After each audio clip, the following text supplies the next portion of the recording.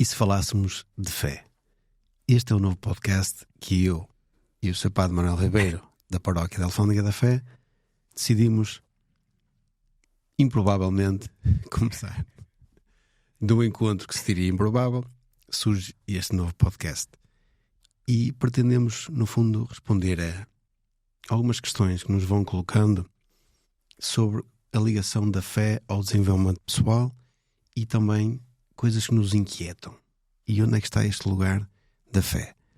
Primeiramente, começo também aqui por perguntar ao Sr. Padre Manuel o que é que nos tem a dizer aqui do logotipo que nós decidimos usar para este podcast. Antes de mais, obrigado pela oportunidade. De facto, foi um encontro improvável, mas como nada acontece na vida de forma ocasional, nada é inusitado, por isso é com alegria também que acolho este desafio. Quanto ao logotipo, eu pessoalmente gosto muito, pelo menos a arte tem esta capacidade de nos fazer ler sobre vários prismas, portanto nunca é uma visão estanque, é aquela que nós, se calhar no nosso contexto, com as nossas histórias, com a nossa mundividência, somos capazes de ver e de compreender. Mas a olhar para esta imagem, particularmente começando pelo lado direito, dá-me uma ideia de nascimento, de família, pelo menos 3 pessoas, e vemos pela espessura que tem a largura da imagem. Pequenina, um só, 3. Mas depois tem um efeito descendente, não é? Que vai diminuindo, a pessoa sozinha. Mas é o descer até ao coração, no conhecimento dele próprio, da sua identidade, da formação do seu caráter. E quando vai ao fundo do coração, como que é impelido, rapidamente começa a crescer. Envolve-se com a comunidade, com pessoas, com amigos. E por isso ela começa a crescer, até que se encontra com o verdadeiro amor. E quando é colocado o amor, reparemos-nos que a largura da cruz, a espessura desta linha é grandiosa, aponta para o alto, porque Cristo transforma e eleva-nos. Isto é muito bonito. Dá um aspecto, sensação de evolução, de crescimento espiritual e também humano. Muito bem. É uma bela representação daquilo que nós vamos falar cá. Uma feliz coincidência, lá está. Improvável, mas feliz. E é com essa alegria também que queremos apontar o caminho para este podcast. Acho que é preciso trabalhar a dimensão pessoal, o desenvolvimento pessoal de cada um, este autoconhecimento, mas também que seja capaz de promover o desenvolvimento espiritual, porque não estão separados. Um e outro precisam-se, um e outro complementam-se. Não pode haver uma complementação da vida humana, não há um dualismo antropológico, mas há uma integralidade da pessoa humana. E o sentido, a missão de cada um de nós é vivido quando vida espiritual comunga, isto é, funde à vida humana, um e outro num conjunto só. Muito bem. Eu vou começar por fazer uma pergunta que nos foi colocada e que acho muito apropriada para começarmos, que é como discernir se estamos a viver de acordo com a vontade de Deus ou sobre os nossos desejos marcados sobre o propósito divino. Ok. Como é que nós conseguimos discernir esta? Boa. Esta a pergunta é muito importante, é muito interessante. De facto, há aqui 2 coisas importantes para colocar. Nós hoje vivemos num tempo de alguma dispersão. Rapidamente nos distraímos, rapidamente andamos à procura de sensações imediatas, às fugazes.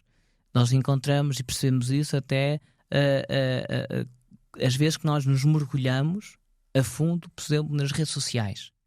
Estamos ali, às vezes, a ver umas coisas, não vemos nada, é uma incompleta insatisfação, vemos, e vemos o mundo e não vemos nada, nem vemos ninguém, não é? Parece que é um quase tudo e não é um quase nada. E chegamos ao tempo, olhamos para o relógio, e passam 2 horas e a gente diz, perdi 2 horas, nem vi nada, nem fiz nada. Tanta oferta que não houve capacidade de escolha, de seriação. E ficamos nesta flor da pele. E isto depois transforma, tem ecos para a minha vida pessoal. Quando eu estou a rezar, para eu perceber se é um propósito de Deus ou não, como é que é feita a minha oração? É feita neste registro. Como eu não tenho fundura, isto é, não mergulho em mim, não percebo qual é que é as minhas reais preocupações, as minhas reais necessidades, as minhas reais carências e paralelamente, as minhas reais virtudes, o meu real valor, os meus dons, as minhas qualidades. Como não faço este trabalho de encontro comigo, de estar a sós comigo, de aprender que eu sou a minha melhor companhia nesta solitude. Não é solidão, solidão mata. Na solitude, estar a sós, ter o meu espaço, o meu tempo, para eu poder respirar, para eu me poder sentir, para eu também cuidar de mim. É interessante isto. Às vezes nós esquecemos disso. Imaginemos que, agora até lembrei-me de uma história que quero partilhar convosco e contigo e convosco. Se à nascença, não é? Nosso Senhor chegasse a não saber e lhe perguntasse assim: olha lá, Tiago, estás disposto a cuidar de alguém? Nossa resposta, com certeza, seria: sim, estou disposto. E ele assim: então, a partir de agora, vou dar uma missão. Vais cuidar de ti. Se nós tivéssemos a consciência que Deus nos dá esta missão, quando nós nascemos, de cuidado, de tratarmos de nós próprios, percebemos que o amor próprio não é um ato de orgulho. O amor próprio é um trabalho diário, é uma missão, é uma responsabilidade nossa, para estarmos em paz, para trabalharmos esta paz, para que, cuidando de nós, possamos também cuidar dos outros. Este é estar mergulhado também no nosso... É estarmos em nós, mergulhados em nós. Não significa que este mergulho em nós corre o risco, às vezes, de ser demasiado autorreferencial. E quando é autorreferencial, ele está numa bolha. Só existe ele, não existe mais nada à volta dele, senão ele próprio. Não é isso que estamos a falar. Mas é o descer a nós e neste encontro, o encontro com Deus. A gente até recorda aquele episódio da Samaritana, não é? Em que Nosso Senhor diz que é preciso adorar a Deus em espírito e em verdade. Fecha os olhos. Isto é, deixa que Deus fale contigo. Faz silêncio. E no silêncio Deus entra em nós. Quando a gente vai a uma igreja, uma nota comum é o silêncio na igreja. Silêncio para nós sentirmos o nosso respirar. Sentirmos todas as sensações do nosso corpo. Estarmos ali, eu e Deus. Eu e Nosso Senhor. Os dois, a conversar, num diálogo. E quando eu tenho essa consciência que eu tenho esta missão de cuidado, tratar de mim, deste amor próprio, não é? Faz com que eu perceba que a oração não pode ser uma oração de querer. Mas como é que nós rezamos? Nós rezamos por nós. Chama a Nosso Senhor e dizemos: ai, Senhor. Eu ouço muitas vezes das paróquias, não é? Ai, Sr. Padre, tenhamos saúde, só peço saúde. Ai, que minha paz. Ai, eu só peço pelo meu filho, para a minha filha. Não. Que ela enrola. Pedimos para os nossos, para o meu bem-estar. O meu bem-estar. O meu querer. Ninguém pede por Nosso Senhor. E pedimos coisas fugazes. O que é que quero? Pedimos o que queremos, não o que precisamos. Às vezes vemos isso quando estamos com as pessoas e até dizemos: olha, o que é que tu queres? Quando a gente faz esta pergunta a alguém, já sabemos a resposta. A resposta é rápida. Ai, quero isto, aquilo outro. Ok, muito bem. E esse querer é o que precisas. E às vezes as pessoas ficam frustradas. Dizem: Sr. Padre, mas eu rezei. Pedi aquilo. Eu queria aquilo. Mas aquilo era aquilo que tu precisavas. Deus não vai escutar aquilo que nós queremos. Deus dá o que nós precisamos. E tantas vezes o que nós precisamos não é o que queremos. E depois o tempo, sempre o tempo, clarifica-nos o pensamento. Mas este processo muitas vezes é doloroso. E é interessante porque a oração é um processo de dor. Isto é um processo de rasgar de mim os meus quereres. São os meus desejos de nada. Não é? A minha pequenez, a minha infantilidade.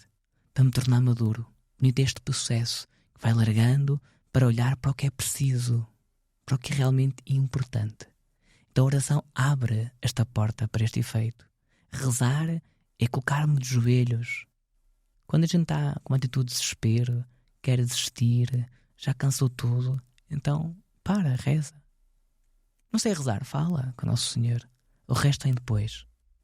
E Nosso Senhor vai abrir o caminho e vai fazer com que nós olhemos para o essencial e damos conta, pois com este processo, que precisamos muito pouco para viver.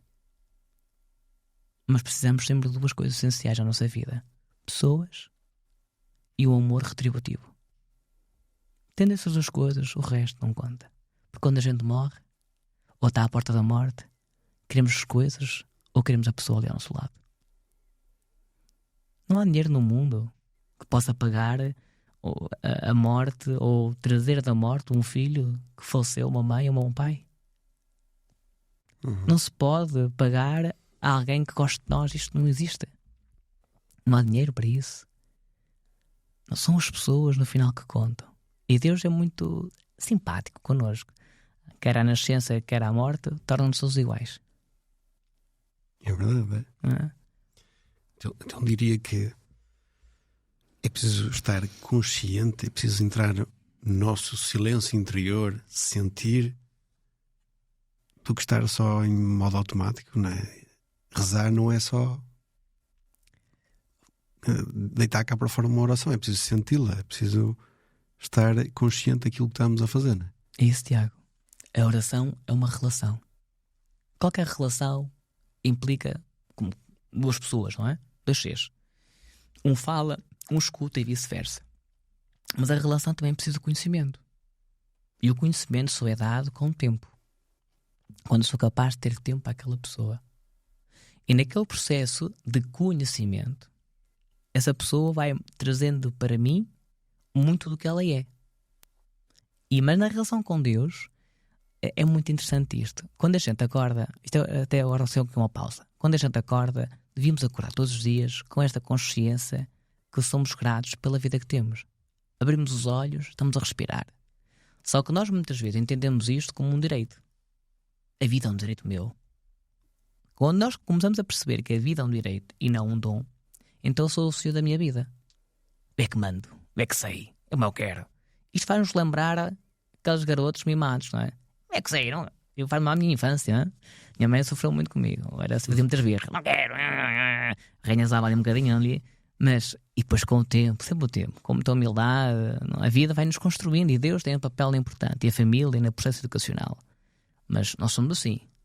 Eu quero, não gosto. E marcamos a nossa presença. E quando nós pensamos desta maneira, como um direito e não como um dom, então nós entramos muitas vezes em confronto com Deus. Porque Ele não é um obstáculo, não faz o que Ele quer. Só dá aquilo que eu preciso, eu não quero preciso daquilo, eu quero aquilo. Eu quero.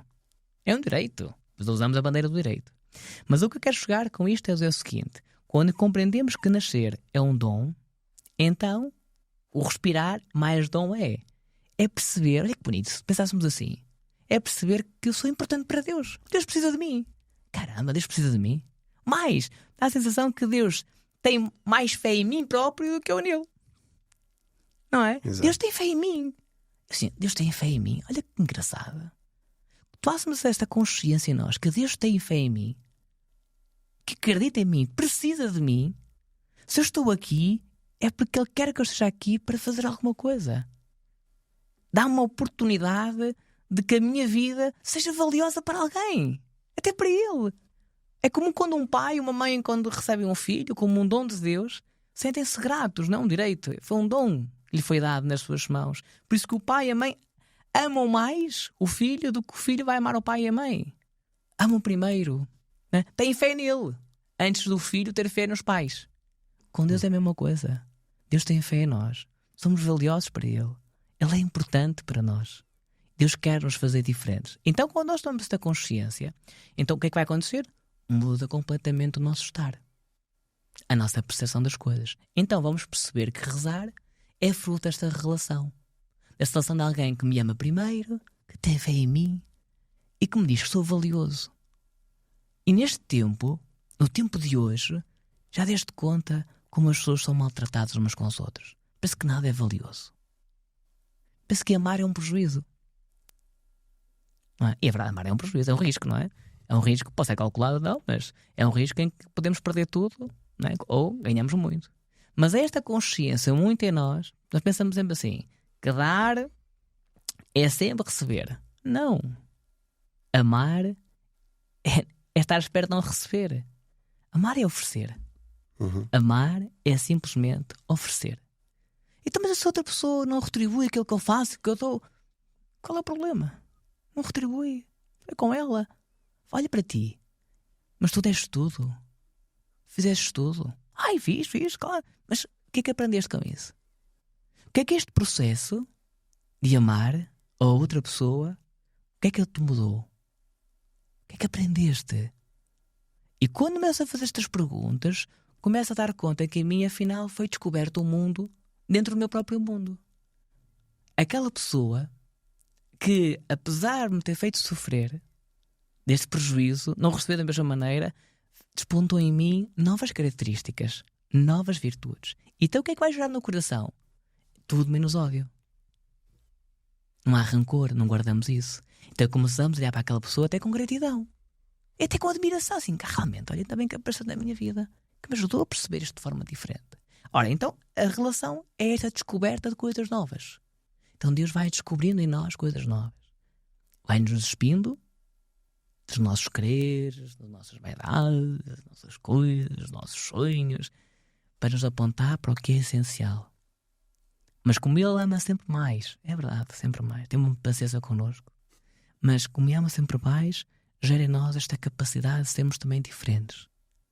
E eu gostava de lançar este repto, que ao levantarmos, ter esta consciência que eu sou preciso para Deus, sou valioso para Deus. Estou aqui, Deus tem um propósito para mim. Qual é o propósito? Não sei responder. Cada um saberá no seu coração. Mas como é que faço? Reze. Como? Fala, pergunta. Quantas em silêncio e na oração? Porque é importante juntar duas coisas. A oração verbal, íntima, que é a relação pessoal, no nosso espaço, que pode ser um espaço eclesial, na igreja, tanto melhor junto ao Santíssimo Sacramento, que é a presença real de Cristo, que nos transforma também a nós, temos presenças reais de Cristo na vida. Quando nós rezamos, não é para mudar a vontade de Deus, mas a oração muda o nosso interior. Vai-nos configurando a sermos a presença real de Cristo na comunidade, na vida, na história, na família, no trabalho, onde quer que estejamos. Mas a oração é feita como um processo de um ato de amor, uma relação de conhecimento, de transformação.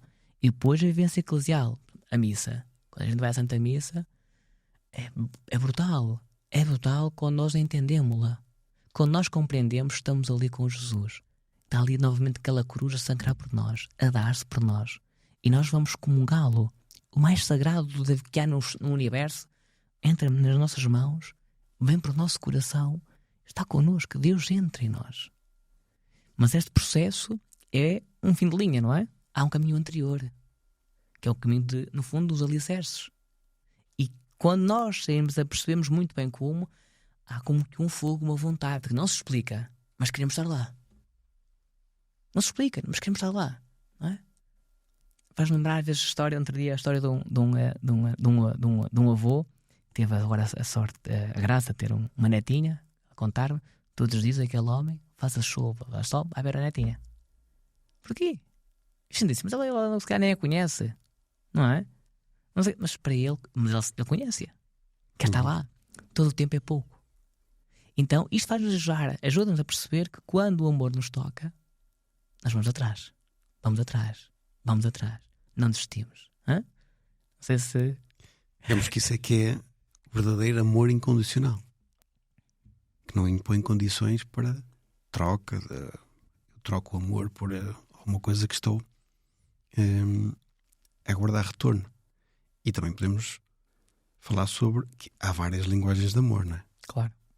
A forma como nós damos amor pode não ser a forma como o outro também nos dá amor. Temos de ter isso também em consideração. Mas isto leva-nos também aqui a uma próxima pergunta, que é: no meio desta multidão toda, como é que nós sabemos que Deus nos ouve? Olha, essa é uma pergunta muito bonita, de facto. A gente agora lembra a história de Bartimeu, nós temos texto bíblico.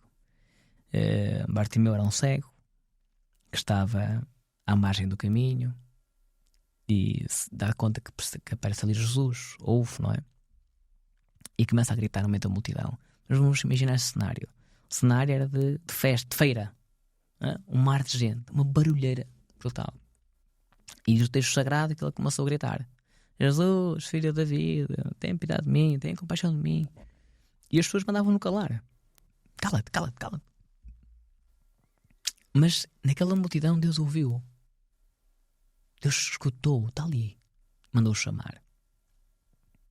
Aqueles que o criticavam, mandaram calar, foram aqueles que foram lá dizer: anda, levanta-te, coragem. Fizeram isso porquê?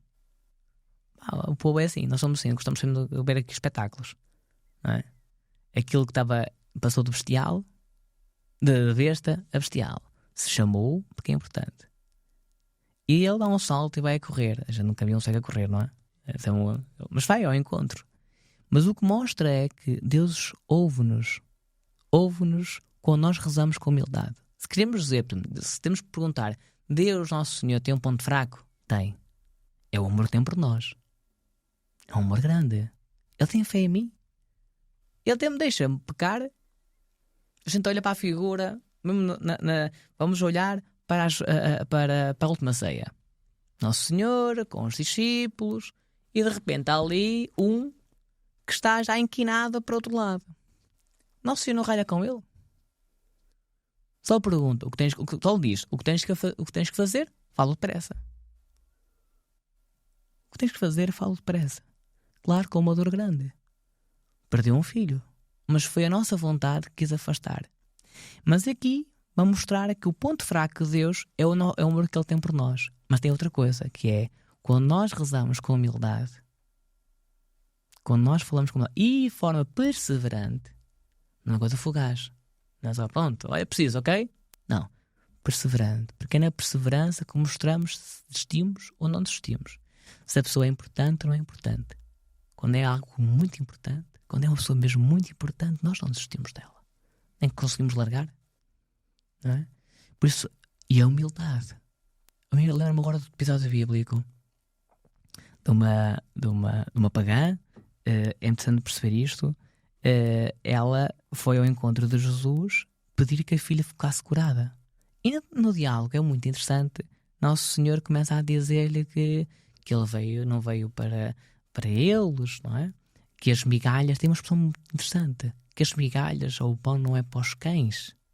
Porque havia muita ideia no judaísmo que os pagãos eram como cães. Não eram os filhos de Abraão, não eram o povo salvo, não eram o povo santo.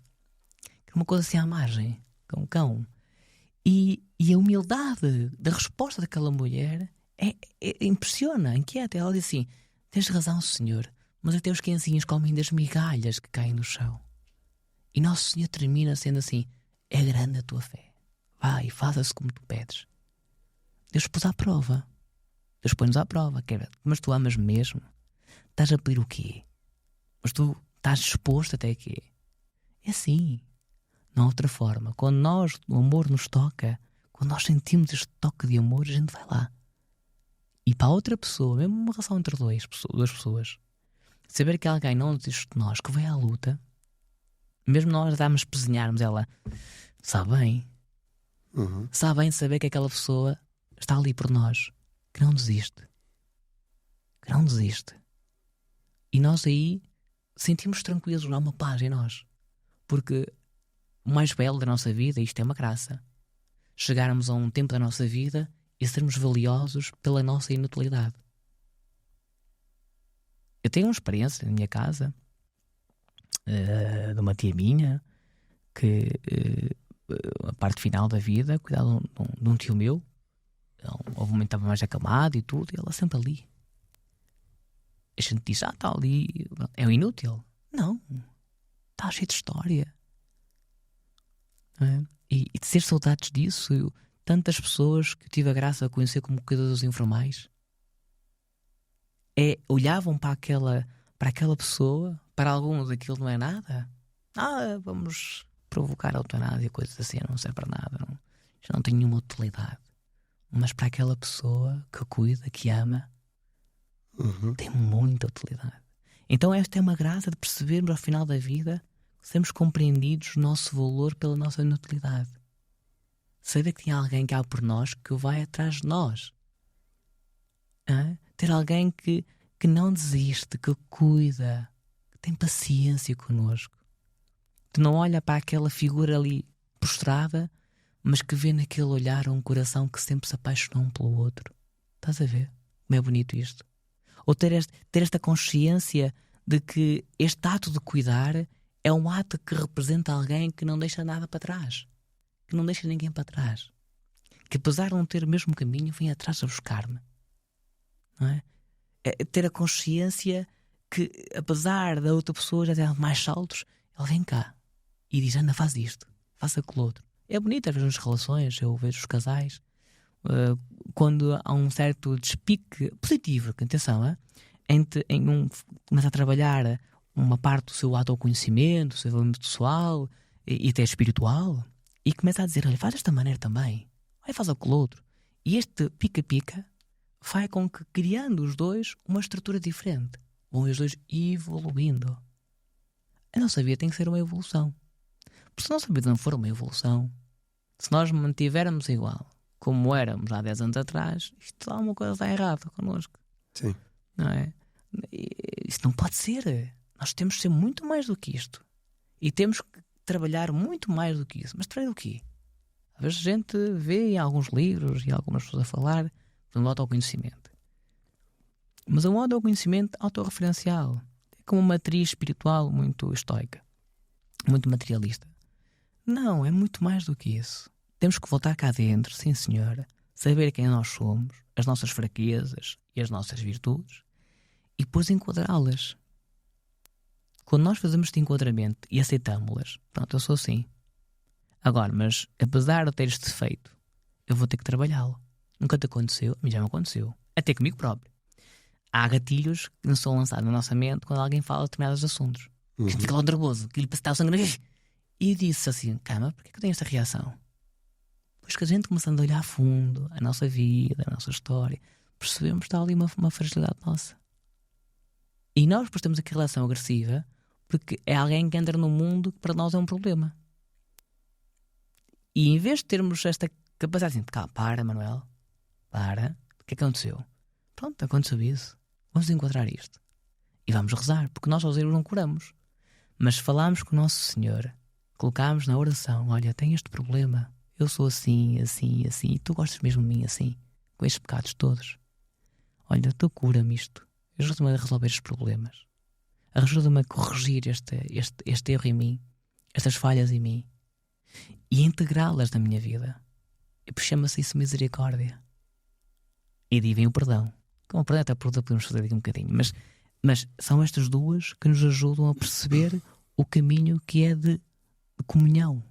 E quando há estes gatilhos, a gente já está sereno. Sim, sou assim, é verdade. Fui assim, já não sou. E no passado há pessoas que guardam as coisas. Sim, fui, já não sou. Eu já não sou. Eu sou um ser em construção. Fui, já não sou. Isto faz a diferença. Existe alguma forma nós temos a confirmação ou um sinal de que Deus nos está a ouvir? Depende do que pedimos, não é? Eu já contei em alguns sítios, em algumas situações. Por exemplo, quando era miúdo, achava um piadão, um avô paterno, tirar a dentadura, não é? E achava que um piadão que ia meter lá, depois aquilo. Achava aquele fixe. E eu, durante algum tempo, andei a rezar a Nosso Senhor que me desse uma coisa daquelas, não é? E ainda bem que não me ouviu, não é? Portanto, é um disparate. Lá está o querer, lá está pedir o querer e não o que precisamos. Exato. É? Agora, primeira nota: primeiro, fazer também esta relação interior, esta parte pessoal, este conhecer-te a nós próprios, a nós mesmos. Este autoconhecimento, conhecer-me a nós próprios. Não é à toa que é o princípio basilar da filosofia. Conhece a ti mesmo. Ficou eternizado com Sócrates, não é? Aliás, com Platão, porque Sócrates não escreveu nada. Foi Platão. Na faculdade, uma das perguntas martreiras que faziam sempre é: então, o que é que escreveu Sócrates? E alguns diziam: não, Sócrates não escreveu nada. Quem escreveu foi Platão, que era tipo Sócrates. Era... Pronto. Mas era o pensamento de Sócrates. Pá. Mas esta frase, conhece a ti mesmo, é o central. Deus quer que nós saibamos quem nós somos. Não somos filhos do acaso. Mas quando nós integramos a nossa humanidade, ok? Quando nós integramos a nossa vida e encaixamos agora no encontro com Deus, que é o que transforma, é o que dá forma completamente nova, em que Deus pega em nós aquilo que era um barro meio torto, meio tosco, feio, sujo, pecador, frágil. Ele começa a vagar, taca, e acende, e nasce muito bem como, começa a transformar, a dar um sentido, um propósito. E é aí que é a oração. Então, quando rezamos neste caminho que é de configuração até Ele.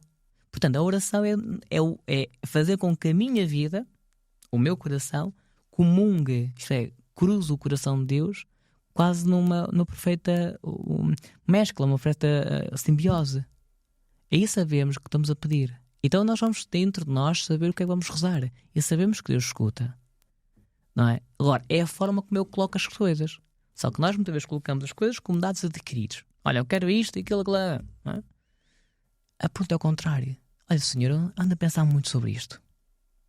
Olha, estou a pensar se eu fazer este podcast ou não com o nosso Tiago. Mas olha, se for a tua vontade, dá-me um sinal que eu perceba. E se é, olha, então aqui estarei eu para fazer isto. Se eu não sei, tu vais-me ajudar e eu também vou ajudar quem for preciso. Estás a ver a postura? Do humilde. Sim. Eu não sou, não é eu quero, não direito. Mas a atitude daquele que está a servir. Olha, eu não sei se é isto que tu queres, mas eu estou cá disposto para isso. O resto vem depois. Aguardar, no fundo, com confiança, uma resposta que vai acontecer alguma coisa, que é um sinal de Deus. E Deus fala em coisas tão simples, acontecimentos tão pequenos, às vezes numa mensagem, às vezes num abraço, às vezes num toque. Quantas vezes já aconteceu connosco? Estamos até numa dor profunda e de repente vem alguém, dá-nos um abraço e até nos... Gente, cara, parecemos que é uma resposta às nossas inquietações. Deus fala-nos desta maneira. Deus dá-nos as respostas. Claro, a oração é importante, a Sagrada Escritura, outras leituras, mas a relação com as pessoas. Quando estamos com as pessoas, face a face, tantas vezes encontramos respostas. Não é? Agora, queremos as respostas que vão de encontro àquilo que nós queremos, não o que precisamos. Mas o que é que precisamos? Para isso precisamos nos conhecer. Para olhar o essencial. Para olhar o essencial. Isto é um bom exemplo. Quando fazes uma caminhada grande, uma peregrinação, por exemplo, a Santiago de Compostela, por exemplo, a Fátima, a gente leva na mochila o que queremos em vez de lá uma vez o que precisamos. Já havia até essa experiência, não é? E às vezes vamos no final da caminhada, não é? Da apreensão, assim, realmente só precisava disto, aquilo e aquilo outro. Isto ajudou-nos a perceber que há coisas que é lixo. E nós somos sim teimosos, somos estibiços de guardar, de acumular, somos acumuladores. E bons, acumulamos ideias, acumulamos memórias, acumulamos pessoas, fantástico. Mas há o reverso da moeda. Quando acumulamos emoções, sentimentos maus, ocasiões, gostamos de ter coisas. Então, edificamos muitas vezes a nossa identidade em coisas. Interessante, um filósofo muito recente da moda, Lipovetsky, fala que hoje vivemos o tempo da leveza. Não é? Da epopeia da leveza, do império da leveza. Tu queres ser leve, fresco, agradável, sem compromisso, sem seriedade, sem assentimento, sem valores essenciais, que são aquelas virtudes cardeais, os 4 de prudência, a benignidade, aqueles que marcam um caráter firme, sólido, e não esta leveza, esta liquidez das coisas. E isto faz com que as pessoas gerem nelas o profundo sentido máximo do querer, são 2 coisas, que é o hedonismo e o narcisismo. Eu. E vemos isso até no linguajar das pessoas. Eu quero, tenho, eu. Não é esse o caminho. O eu é um problema. O eu põe-nos a rastejar como a cobra. Muito ego. O ego põe-nos, não nos dobra, parte-nos. E nós ficamos estilhaçados. É como a cobra. Ficamos a rastejar, comer o pó da terra. Só queremos terra. O que é da terra? E Nosso Senhor, tudo que está na terra, diz: levanta-te. Olha aquele cego, Bartimeu. Estava na terra, no chão. Andava pelo chão. O campo de visão dele era o chão. É que é interessante isto. Porque é belo subir a montanhas e ver paisagens? Porque a nossa visão perde o fim. Faz-nos sentir grandes. Quando temos uma visão assim de vale, a visão é muito cortada. Estamos assentados aqui no chão, o nosso campo de visão é muito rudimentar. Mas à medida que vamos subindo, o nosso campo de visão fica muito mais longe e mais largo. O que é a evolução da pessoa humana? O que é o desenvolvimento? O que é o autoconhecimento pessoal e espiritual? É o subir a montanha. Mas no subir da montanha, neste caminhar, aquele lixo, aquelas coisas que eu ia guardando, eu vou tirando, vou ficando só com o que preciso. Lembremos-nos o que é que precisamos? Pessoas, não é? Não foi o que dissemos inicialmente? Pessoas e amor retributivo, não foi o que dissemos? É o que precisamos no final. Porque hoje as pessoas marcam as suas identidades pelas marcas que têm, que portam à sua vida, que vestem a roupa X, o carro X, o telefone Y. Então marcam-se identidades pelo que se tem, pelo consumo de coisas. Tem aquelas marcas. Então sou assim. E nós avaliamos os outros por aquelas marcas que têm. As redes sociais estão cheias disto. Não é? Os influencers vão criando, no fundo, comunidades e tendências com determinadas coisas e as pessoas pensam que tendo aquilo que são aquilo. Não. Não é a marca que me define como caráter. Estás a ver? Exato. Por isso que a gente, quando está com pessoas a conversar, vê logo se aquela pessoa tem fundura ou não tem fundura. Se fala daquelas coisas só básicas e depois quando chega a falar assuntos sérios, ela foge, ou não sabe responder, ou quando é para falar sobre ela própria, ela esconde-se, tem medo, e depois isso tem reflexo também nas relações. Pois nada é certo, nada é sério, tudo passa, tudo cansa. Estás tão cansado, não quero mais, vamos trocar. Outro. E o tempo passa. E a gente nunca soube quem é que era. Quem é que era ele próprio e quem é que podia ser ele próprio na outra pessoa. E a outra pessoa ser ela própria na minha própria vida. Não há comunhão. Não há construção. Não há novidade. Entende? Então esta busca incessante, como fogo de palha. Outra, vira, outro. Nós somos assim. Eu, para mim, eu não sou diferente. Às vezes gosto de ver nos vídeos no YouTube aqueles shorts, não é? Sim. Em que, assim, quando já vi, não vi nada. Pá, calma, vamos ver vamos parar. Não há tempo para parar, para respirar. Vamos respirar. Vamos ver umas estrelas, deitar no chão, fazer silêncio, não ter medo, estar ali. Pronto. Agora vamos comer com calma. Ter alguém com quem encostar na mesa. E nesta semana termino com esta observação. Estávamos na mesa, até dizia alguém, estava ali aflita, assim, obrigado, senta-te, aproveita, estamos cá, tens aqui a tua família, sossega, guarda o que está aqui a acontecer. Quando eu for embora, porque eu estou convidado, e tu arrumais, mas agora para.